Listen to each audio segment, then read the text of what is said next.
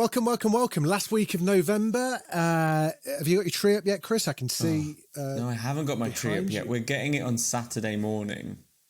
Okay.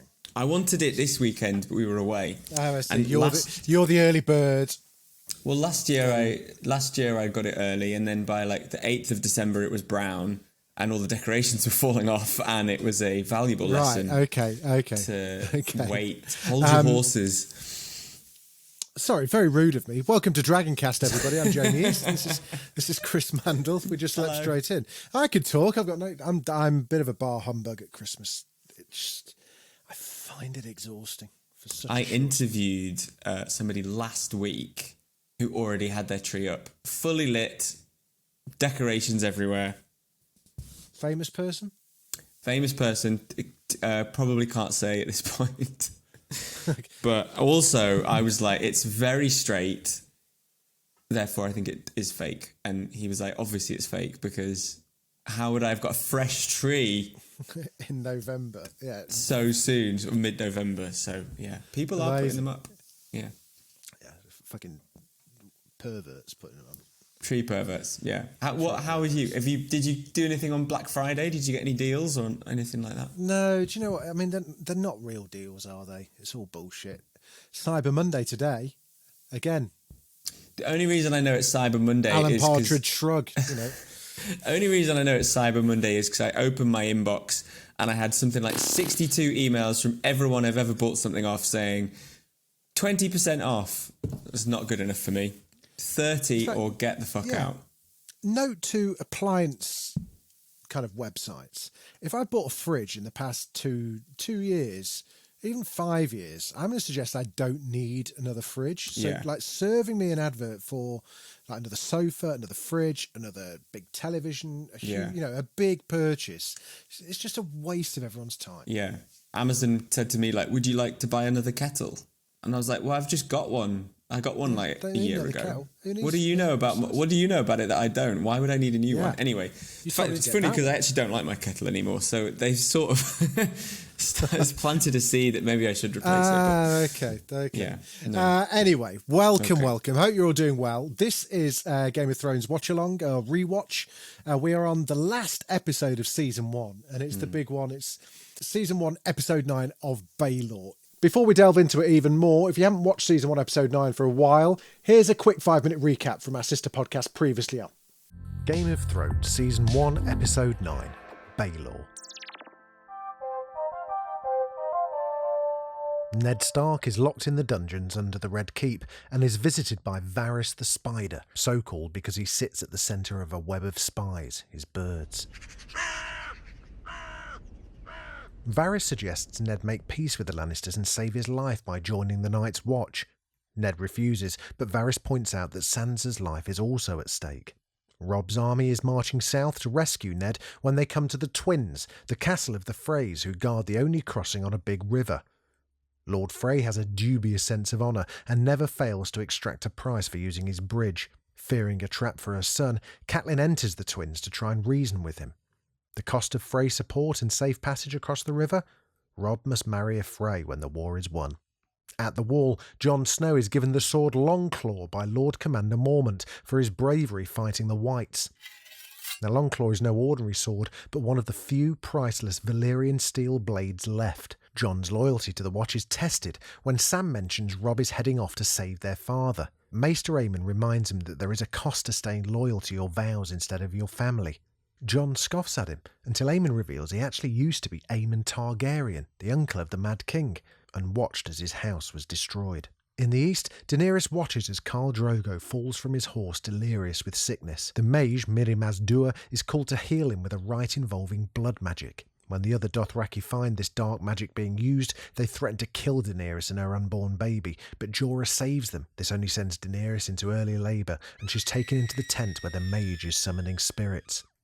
Tyrion arrives at the battle council of his father to find he and his tribesmen would form the front line of the army. Sensing imminent death, he spends the night drinking with Shay, a whore Bronn finds for him in the camp. Tyrion regales stories showing just how merciless Tywin is. On the morning of the actual battle, Tyrion is knocked unconscious accidentally and wakes up to find himself victorious. But the Lannisters had been duped. Robb Stark had led most of his troops against Jaime Lannister and captured him. In King's Landing, Arya is drawn by the bells to see her father being dragged from prison. She climbs on a statue to see him more easily, and Ned spots her. He tells Yoren of the Night's Watch to rescue her and get her out of there. While Queen Cersei and the council look on, Ned confesses his crimes and swears that Joffrey is the true king. A smirking Joffrey speaks of mercy, but then calls for the executioner to bring him Ned's head. The last thing Ned sees is Arya being whisked away by Yoren as his own sword, Ice, sweeps through his neck.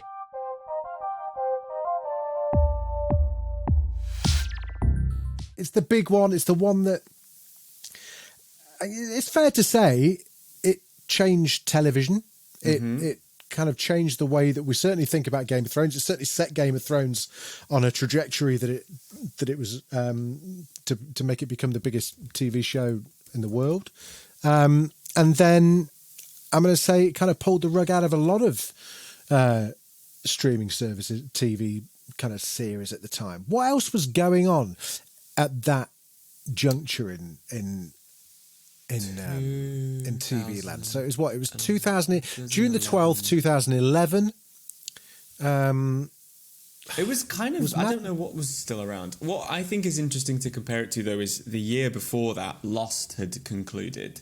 And Lost is a really good example of a show that, like, couldn't kill its good characters. Like, the only people that got killed were, like, the shit ones.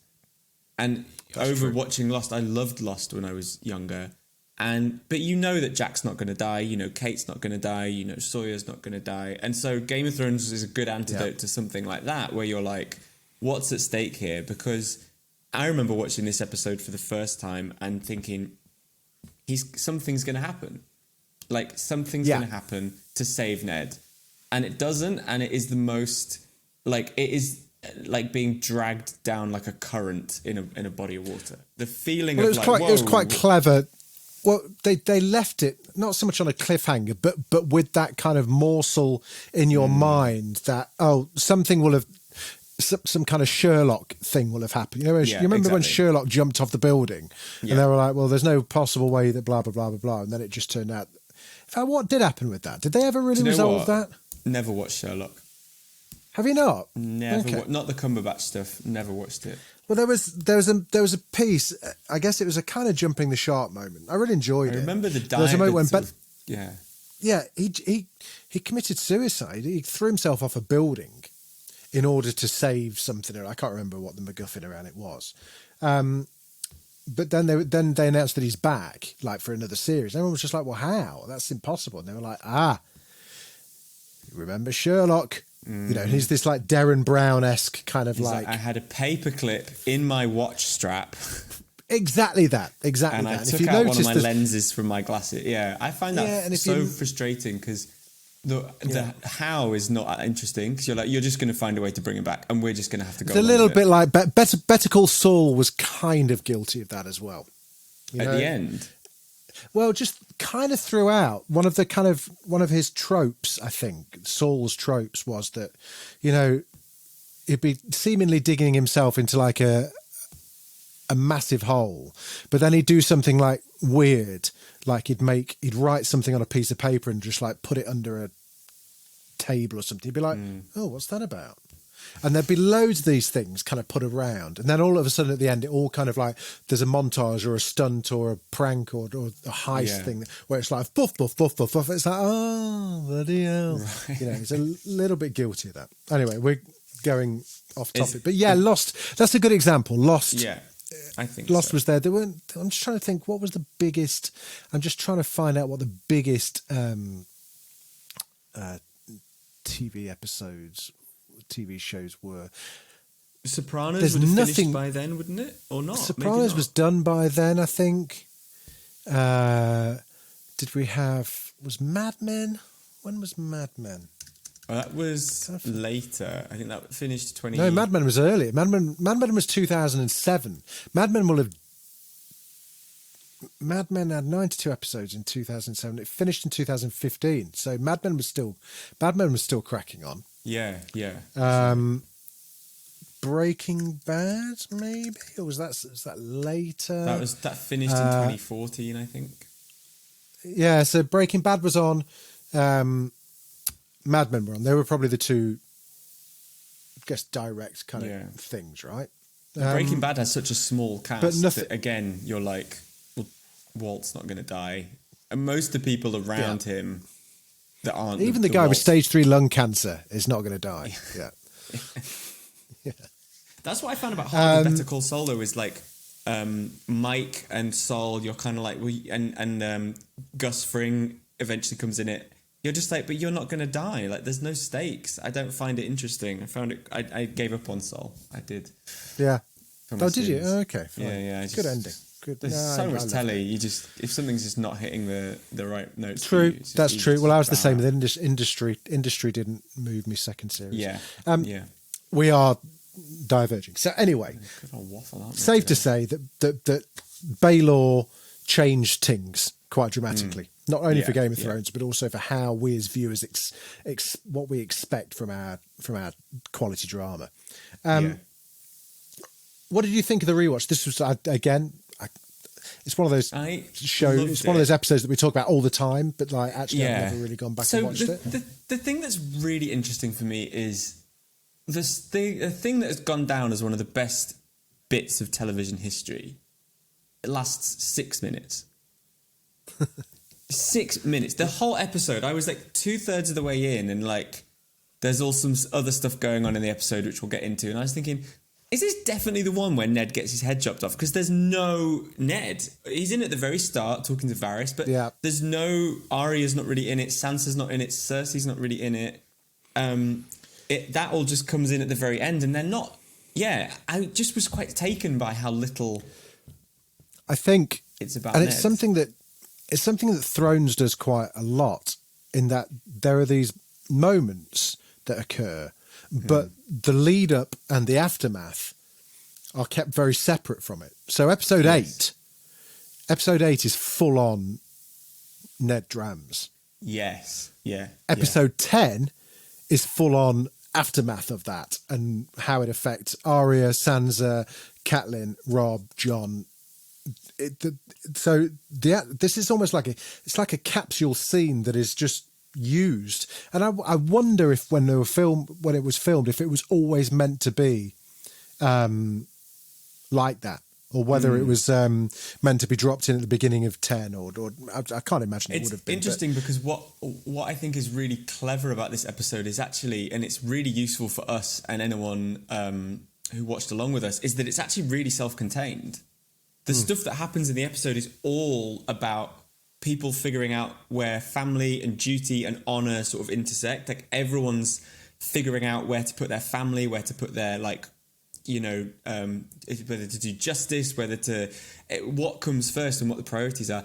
And I just thought it was a really neat episode. I was really surprised because I thought this is the biggest jump.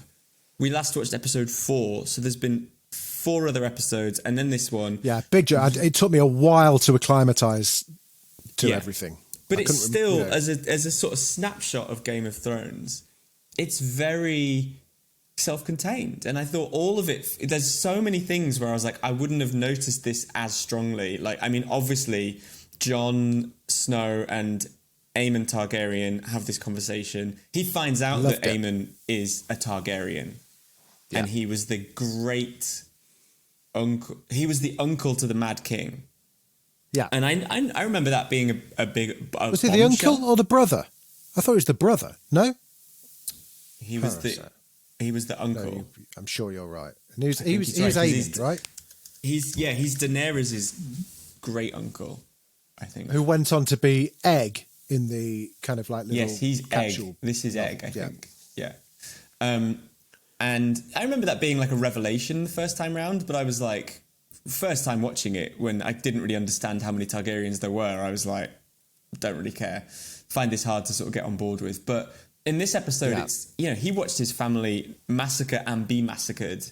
He watched his uncle, his great nephew kill children, burn people alive, like commit awful crimes, and he knew like he couldn't march south, he couldn't go and get involved, and so there was a lot of like callbacks to how people over the course of history have had to figure out where to put their priorities.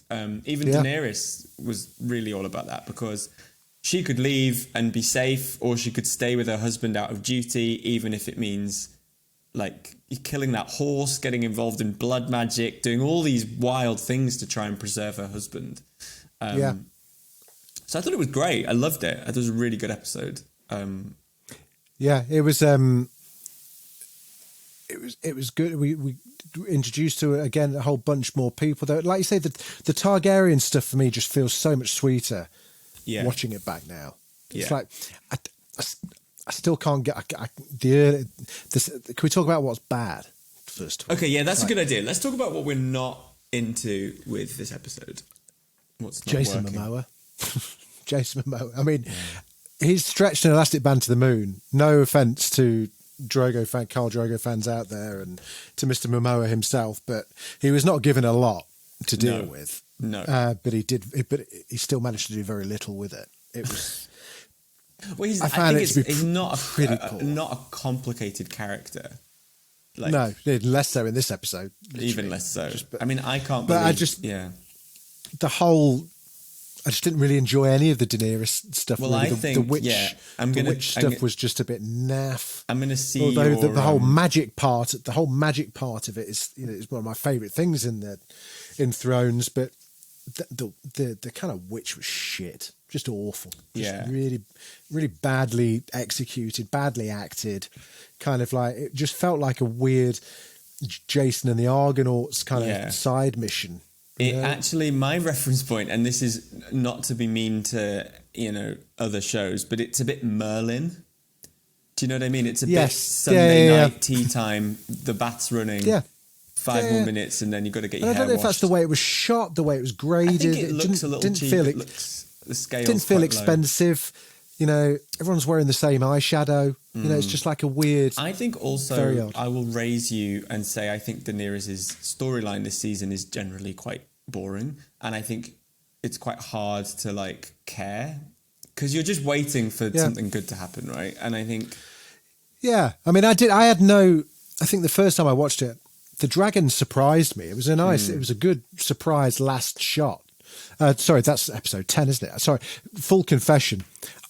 I couldn't stop watching and went on to watch episode 10 straight after. Don't you think it's interesting? The dragon, they're sort of hinted at a lot. I noticed it this episode. It's one of the blood riders says to her, like, all the dragons are dead. And she's like, they are not. I am the blood of the dragon. And you're it's teasing that they're coming. Yeah, and I was with you. The first time I watched it, I was like, oh, this is a show set after dragons. And so when they're born, you're like, whoa, this is about to get really exciting.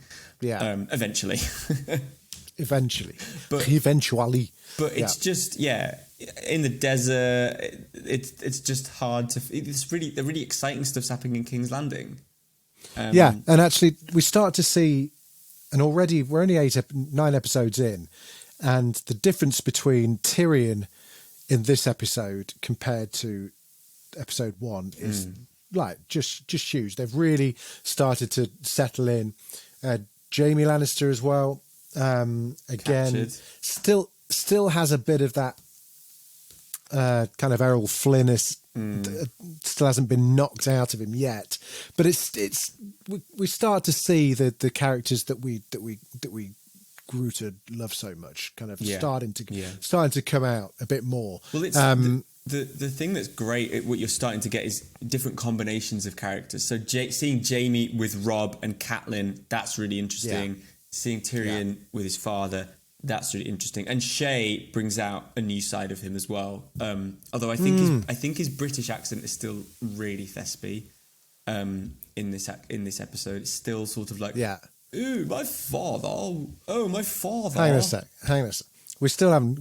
We can't talk about accents without talking about Littlefinger. Is he from Sheffield at the moment? Yeah, well, I think at this because he wasn't in this episode, really, was he? But he is still. No, he wasn't. He was there. He was present. He was present at the. I noticed execution. the big change in season 4 that's when he starts kind of going, maybe Littlefinger's a bit Irish. a bit. He may as well have had a foam Guinness hat on. He just did his lines in Temple Bar.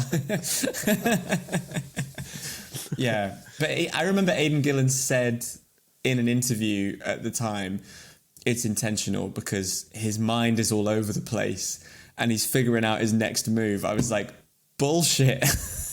Absolute nonsense. Someone somewhere just said, "Oh, I like that. Do the Irish thing, do it, Sansa." It's because when the people we love will never be the same again. Yeah. Okay.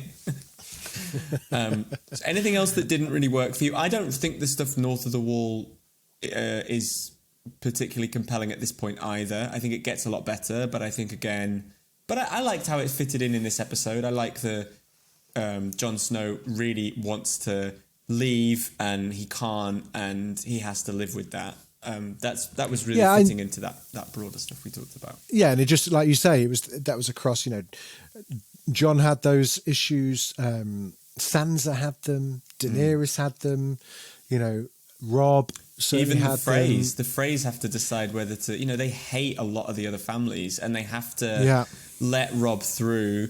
But they're like, well, it might be good for us. We can marry some of our daughters into better houses. I just loved watching this and thinking, fucking hell, this is season 1, episode 9, the big ep. But already we've just had the seed sown for the Red Wedding. Yeah. Oh, it was just the phrase of fast. They do such a good job on this show of giving each house not a character in and of itself, because everyone in the house is kind of different, but just being this. They got a vibe, hasn't it? They've got a vibe, and it's vibe. I remember reading watching. There was an interview with one of the set people for the Red Wedding, which is obviously set at River, at the Twins as well. Yeah. And, they've intentionally, they don't have, nice tapestries at the Twins. They don't have, animal skins. They don't have anything like that. And everything's a bit damp and a bit smelly. And you get that being in there. It's a particular... Because it's a very, it's two castles that they've formed a bridge over. They're quite narrow and quite awkward rather than these, grand... It's a very, functional space. And I just think it's so... Yeah. You get so much from it. And, Walder Frey, just the most sinewy... gross that line, her honey is all mine. Oh my god. And then you were just a milkmaid's daughter until I pumped something into you or something. Until I pumped a son into you or something like that. Did you notice in episode 4 when Catelyn is in the inn and she says, "Oh, I recognize you. You're a Frey. How is Sir Walder?" And he goes, "Oh, he's just taken a new wife and he's 90 years old." And then we find out that Catelyn's family, the Tullys, didn't go because they looked down on the Freys. And he was pissed about it. But I think what my understanding is they were a relatively young house, but they built this really clever bridge and started charging rates. Oh, right. Yeah. A lot of the people loathe them, but they've become very rich. I mean, they didn't go to the wedding, but as Catelyn said, it was just well, which one? It was and even Walder Frey made a joke. He's well, and that one, you didn't come to that one either. It's just mate, you need to stop getting married. Also, it's fucking far away. I know, it's, even back then, it was the stag was in Vegas. It was just expensive. You had to get a suit, a bit like if hotel. if you have a friend who gets married and then they get divorced, you're a bit can I have the present back? Because I spent a lot of money on that. Yeah. Which one have you got the toaster? Yeah. But apart from that, and apart from the fact that you're right, it was oh shit, the actual thing that made this episode so notorious is barely 6 minutes long, but still heart-wrenching, still just I loved, and I'd forgotten about Arya being on Baelor, and it took me, I couldn't remember for the life of me why this episode was called Baelor, and then as we saw, it was who was the guy who was Ned's, he's in it a fair bit. Yeah, he's the guy that's he's a Night's Watch recruit, and he basically goes around the country recruiting people for the Night's Watch. Right, okay. And it was him that got John, was it? No, because John sort of went in through Uncle Benjamin. But what these guys do is they have these sort of... They're a bit like the Red Bull reps that you get at universities that are always driving the Mini Cooper with the Red Bull on the back. They're like, have you tried Red Bull? Yeah. These guys basically go around, they pick up bastards, they pick up, like, you know, people that are from the... They go to King's Landing and get people out of the jails quite often. Right, okay. And so they sort of populate the Night's Watch. And I think Ned sort of said, look, Baelor, as in, that's where Arya is, like, you need to get her down. And I think already the sort of seed is sown that he'll take her to the wall because Jon can protect her. And that's kind of what happens in season 2, is they sort of start going up there and I think they get kidnapped by the Lannisters. But yeah, the idea is these guys go around and they fill the wall with wrong-uns, because it used to be quite a noble thing to go there, and obviously now it's sort of just a bit in disrepair. Just the dregs. So you get all these... No, it's Francis McGee. Francis McGee plays Yoren, and he's been in tons of stuff. He's been like Justice League, he's in Rogue One, Layer Cake. Really? Is in The Witcher rather. Tons of things. Good lad. Nice northern accent, that'll get you far. Yeah. Sort of medieval, or these certain roles. So I mean, the thing about it is, I guess what we should talk about is just like what a shock it was that Ned died, because you think this is like Tony Soprano getting killed in season 1. You just think he's the honourable one, he's a good person, and we're going to watch him try and change this like horrible place. And they're like, no, he's gone, he's dead. Like, and what I've noticed watching the 3 that we have watched though is just, you know, he's so virtuous to a fault. Like, he didn't realise that, like, you can't win hearts and minds. Not everyone wants to be a good person. And like what we missed in, I think it's the last episode, because I've not been watching the ones in between either. I think I'm just trying to watch the ones that we're doing for the rewatch. Yeah. He goes to Cersei and says, I'm giving you a chance to leave with your kids, because if I tell Robert, he's going to kill you. And like, that compassion is really powerful, and it's actually amazing that he would say to Cersei, like, look, I don't like you, but I would rather you are not killed by Robert. And she turns on him. She twists. She sort of is already plotting a few steps ahead. So yeah, it's just a powerful reminder. Like, you can't be good and you can't be virtuous and also keep your head on. The opening episode shows us just that, because he's talking to Varys in the cell, and you know Varys is trying to come up with a way around, you know, trying to see a way through it, and you know Ned just turns to him and says, his line was, "You think my life is some precious thing to me?" He's prepared, you know, he's ready to die. He's prepared for his death, you know, years ago, which was him down to a fault. And it was his greatest strength, but also clearly the thing that got him killed as well. There's just not many people like him that are good, that aren't selfish. No. You know, he doesn't have like whores. He doesn't get drunk. You know, he's a good person, and he's really... Which is why the reveal of Jon's origin was so pleasing, because it was the one thing that people held up against Ned. Was that if it was so good, why did he have a bastard son? You know, and Catelyn always kind of hated it. It always grated her, you know.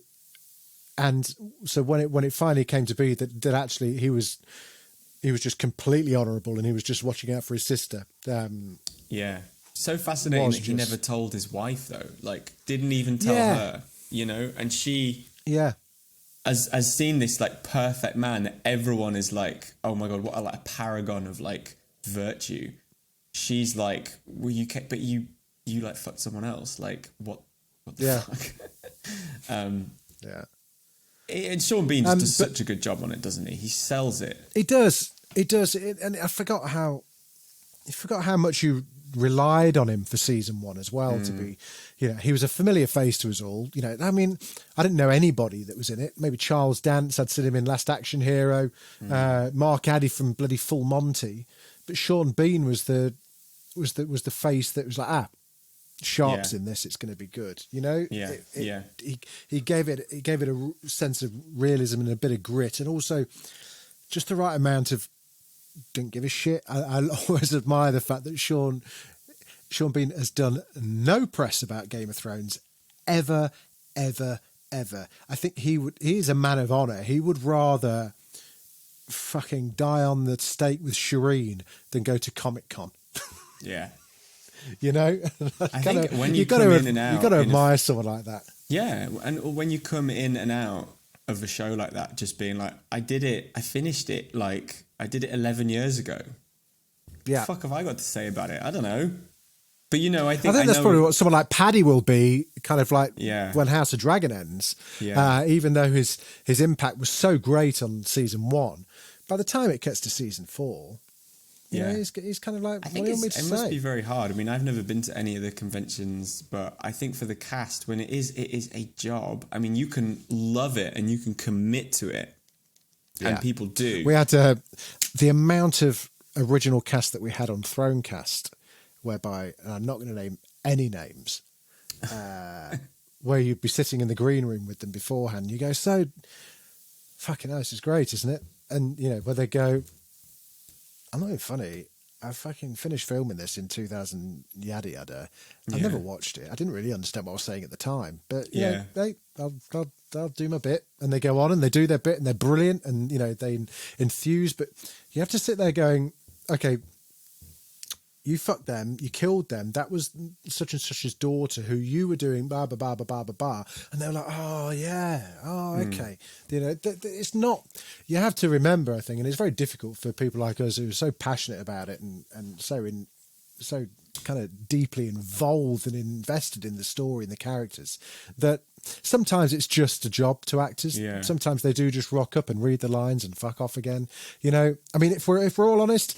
Do we honestly think, and this isn't who I was talking about before, but do we honestly think that Charles Dance kind of salivated waiting for the scripts for Game of Thrones to arrive on his doorstep so he could find out what he was going to be doing? No, of course he didn't.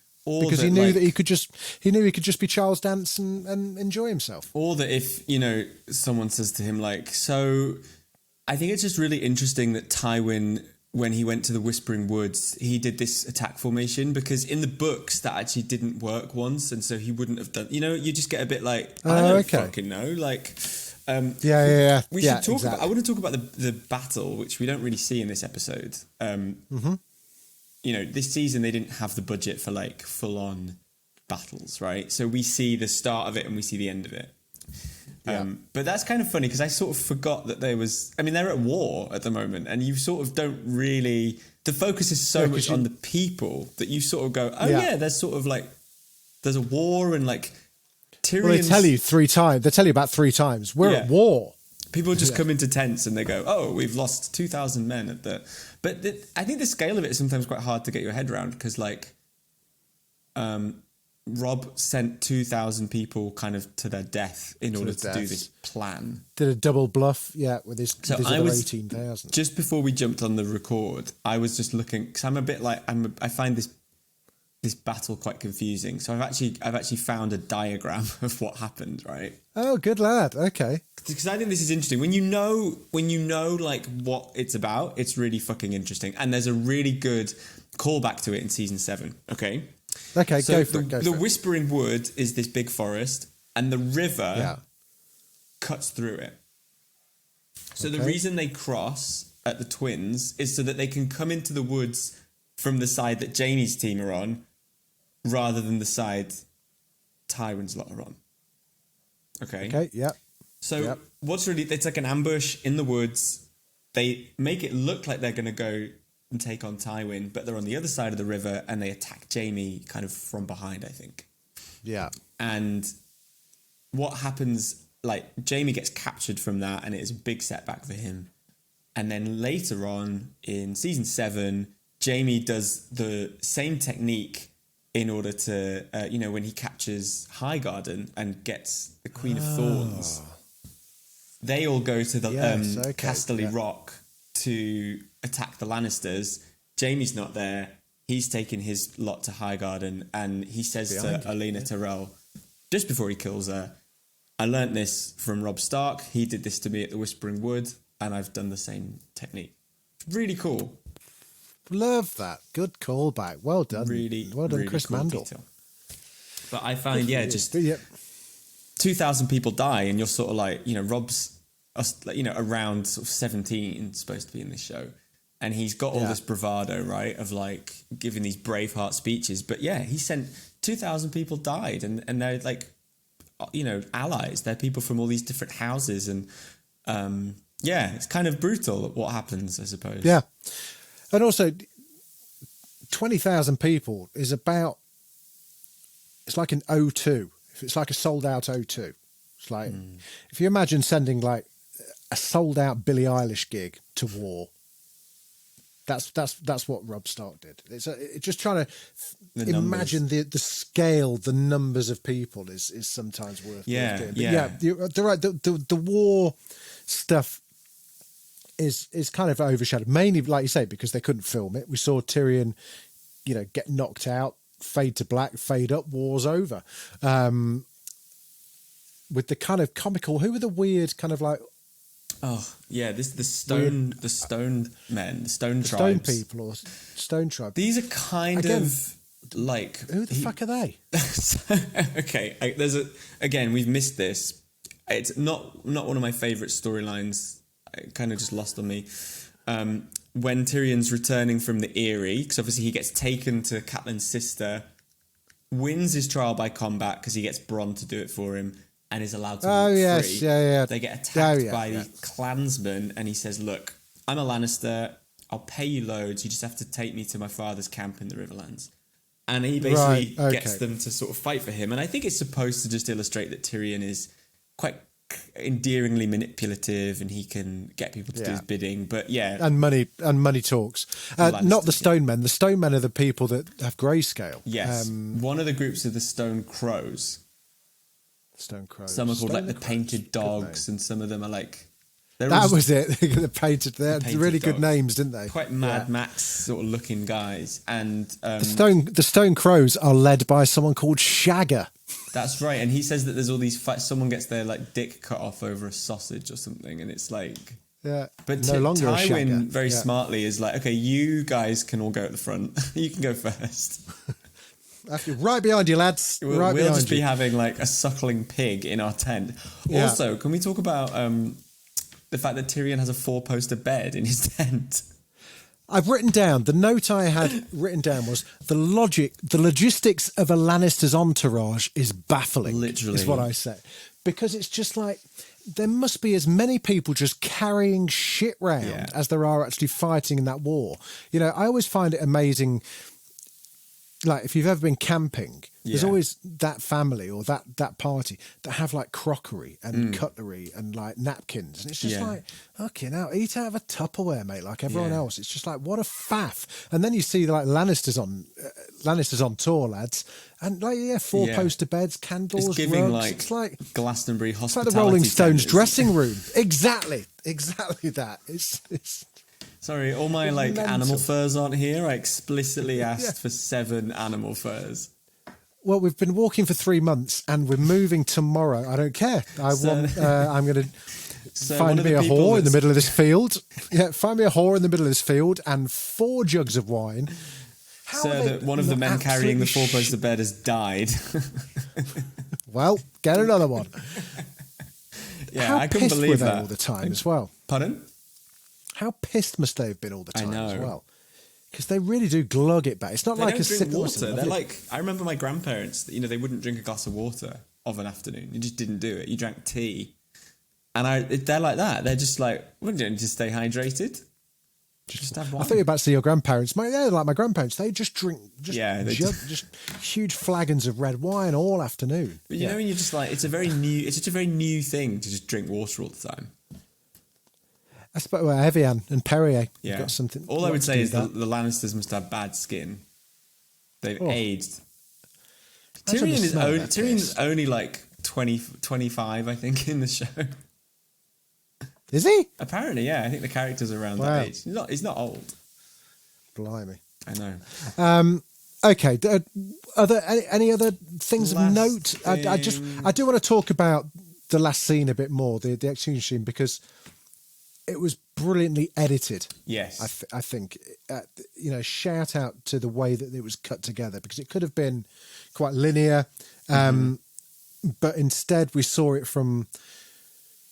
got into the mindset of everyone there, you know, Joffrey, Sansa, particularly Arya, but also what could have been just a gruesome kind of like shock bloodfest actually became quite an emotional moment, because right at the last minute, just by seeing Baelor, which gave the show its title, saw that Arya was no longer there, saw that your man Yaren, was it Yaren? Yeah, Yoren had got to her, and there's that kind of little moment where he's just like, okay, this is it.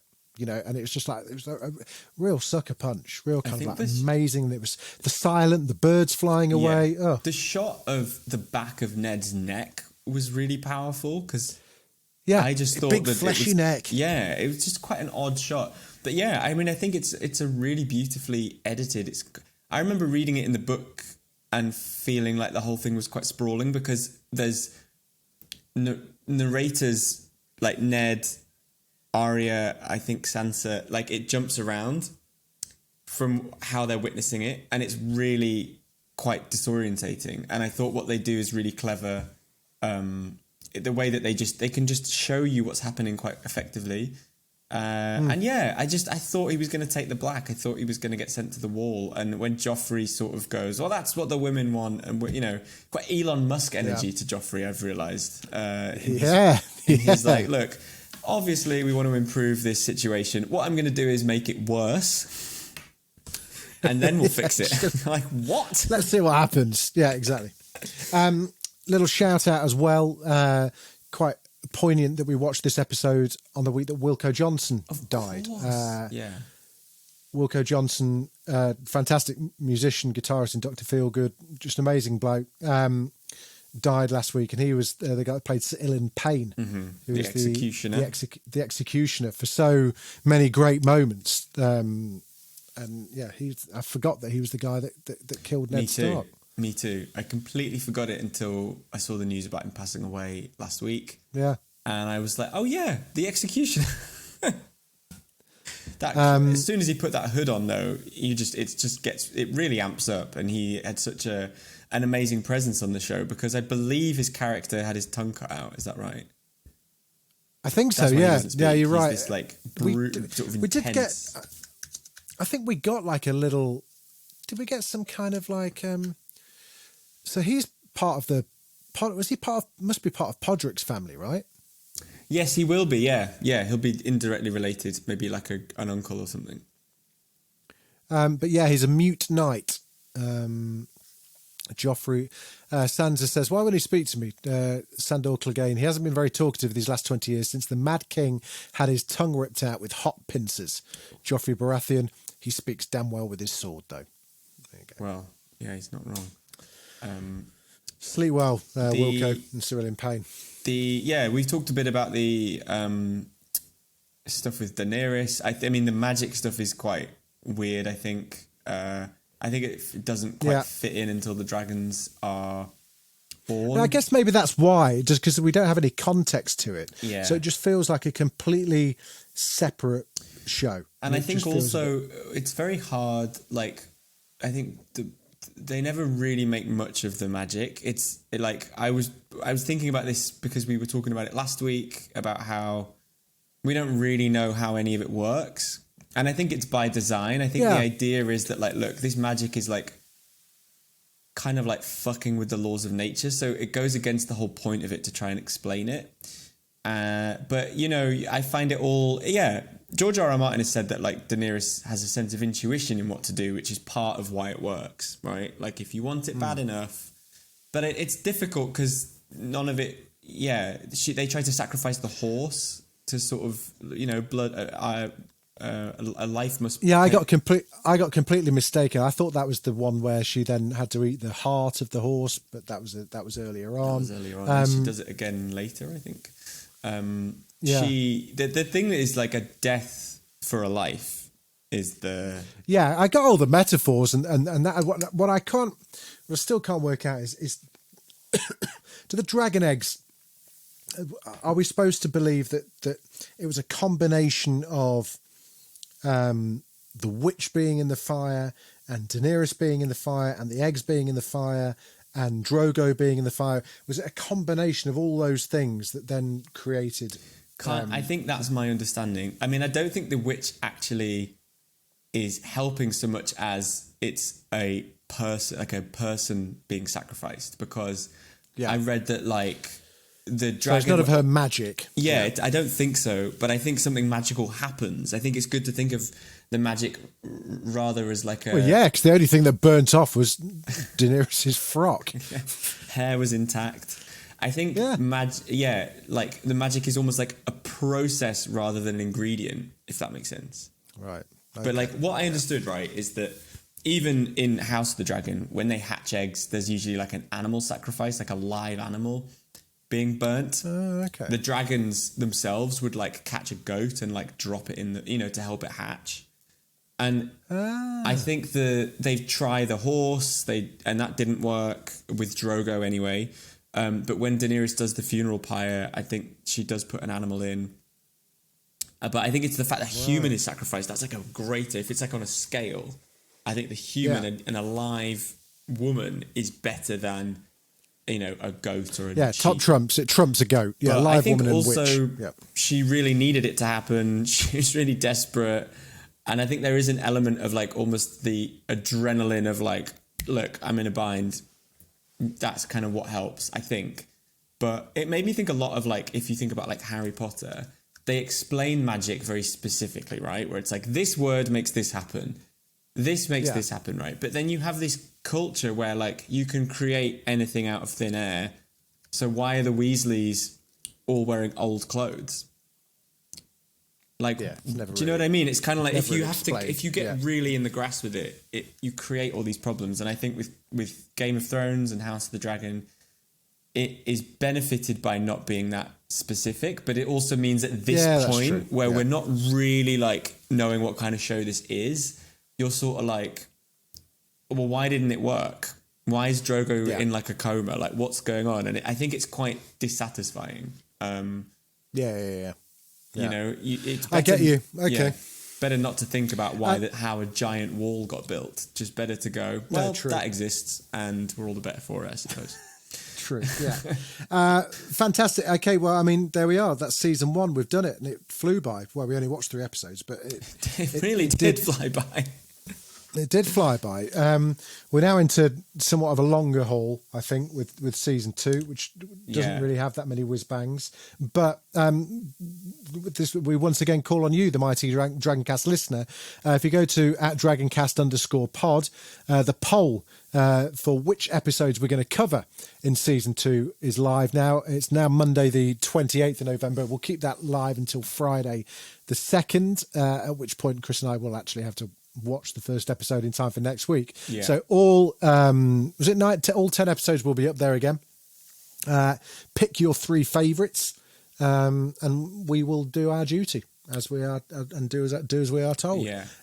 So this time next week you'll be listening to season 2. I'm looking forward to season 2. As you said, it's definitely quite slow, I think, but I think lots of good character moments, lots of new characters. We'll see Stannis, Marjorie, Brienne, like some good folk. Oh yeah, the Red Witch.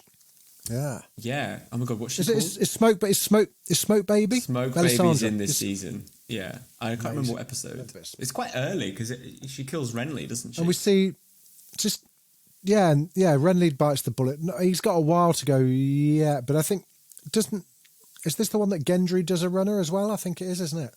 It's not the one where the witch tries to shag him. Is it not? No. Oh, okay.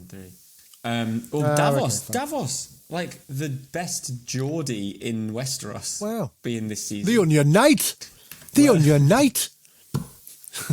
I just think it's so funny when you have someone that regional. Also, even funnier that he's like Irish, isn't he? Like Northern Irish.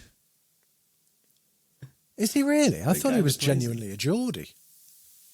Oh, I thought. Hang on a second. I think I've interviewed him. I think he was. Yeah, he is Irish. God. That's what's even funnier. It's just like he's a good guy, actually. What a Liam legend. And survives. Doesn't Davos survives Game of Thrones? Doesn't He's right at the end. Yeah. We are now going to go and record our second episode of the bonus series for the OA. We've watched episode 2 of the OA. I'm really sorry, everybody. I've got no excuses. I just had a massive brain fart. I forgot to publish the first bonus episode, so you will get 2 OA bonus episodes at once. I apologise profusely for that. I've got no reason for it. I just forgot. Tuesday just ran away with me. But here we are. So you'll have double bubble this week. So, Chris, until next week, who knows which one we'll be talking about. Hope it's a good one. Yeah. See you next week. See you next week. Dracarys. Dracarys.